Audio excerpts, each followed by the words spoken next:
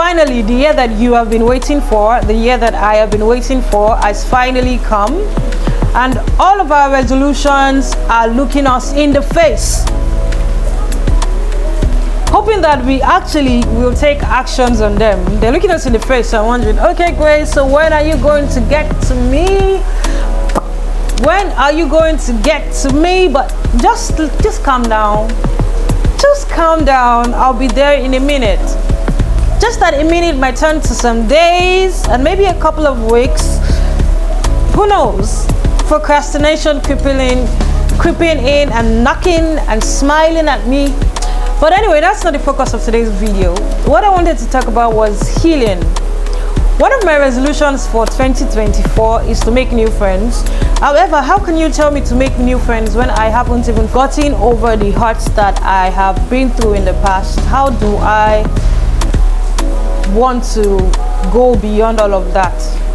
2023 was the year where I had people say you need to heal the most. Like, at that point I was asking, okay, yeah, I've heard you, yeah, I can see that something is wrong, but how can I heal?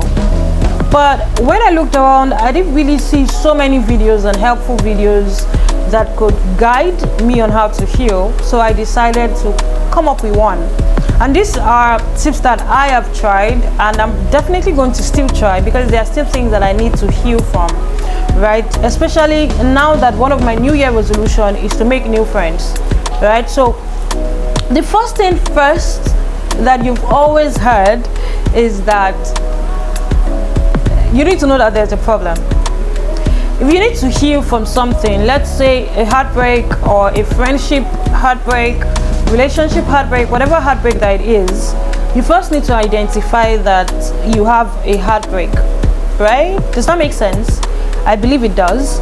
So when you identify that there is an issue, you're able to tend to the issue. So when you've identified the problem, the next step is that you acknowledge whatever it is that went wrong. So for instance, one of the things that I want to heal from is commitment in friendships, and actually putting myself and my energy into friendships. That means me supporting you, me being there for you, me being the loving Grace that I always want to be. Maybe not to everybody, but to the fewer people in my circle. And sometimes I feel like there is an excuse of I am mature, when in the real sense what you're dealing with is not really, the effect of what's happening is not really maturity, it's more of hurt. So the way that you withdrawing from people, you're not calling people, it's not really maturity, it's just hurt. You're not wanting to be too attached to people, it's just it's not maturity, it is just hurt. Because you've been hurt over and over again. Maybe you've been with friends that did not value the kind of person that you were, so now you're having to switch it up, baby. And then you feel like if you switch it up, baby, people would no longer take it for granted. Maybe if you switch it up, people would want to build longer friendship with you. But first, you just acknowledge what is wrong, and I admit that this is not maturity, it is just hurt. After that, second thing is also to identify the effect on you. It is very similar to the first, but it's different. Identify that it is not maturity, it's more like it is not maturity, it is just hurt. It's more like you are admitting the problem. Now, identifying the effect on you is, okay, so this, my friends took advantage, my friends made me feel like I am a stupid person. That made me withdraw from them, because I didn't want to be around people that did not respect me, respect my values, respect the things that matter to me. So that is you identifying the effect on you. When you've identified the effect on you, the next step now is to, okay, so how can we get beyond this? Most times it is usually to ask yourself, what should I have done better in these instances?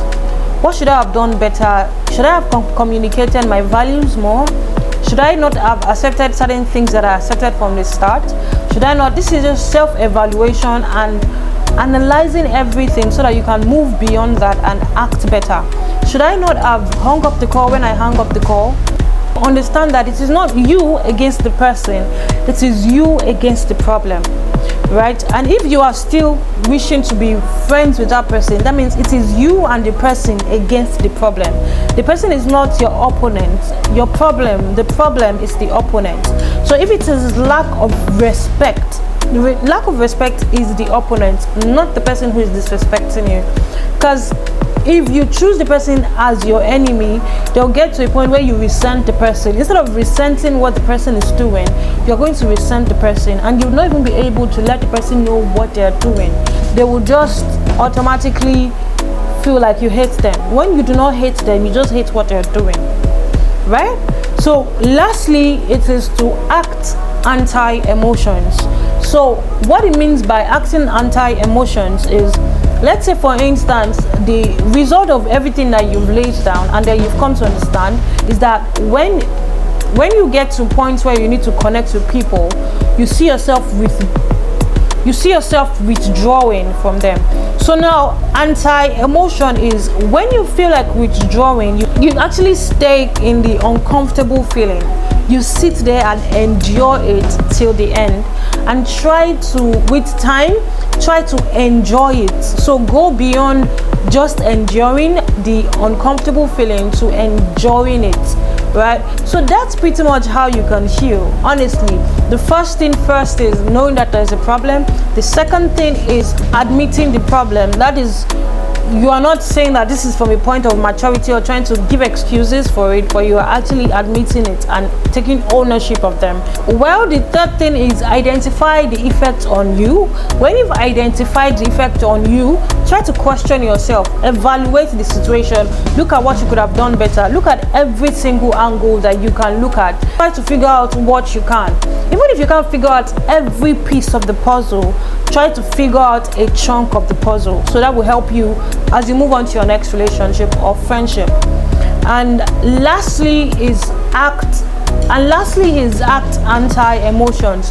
When you feel like, when you've gotten to that wall and it looks like a wall, you look at it and move beyond it, not just stop there and turn back, or stop there and look for the easiest way out, but look at it and try to go through it.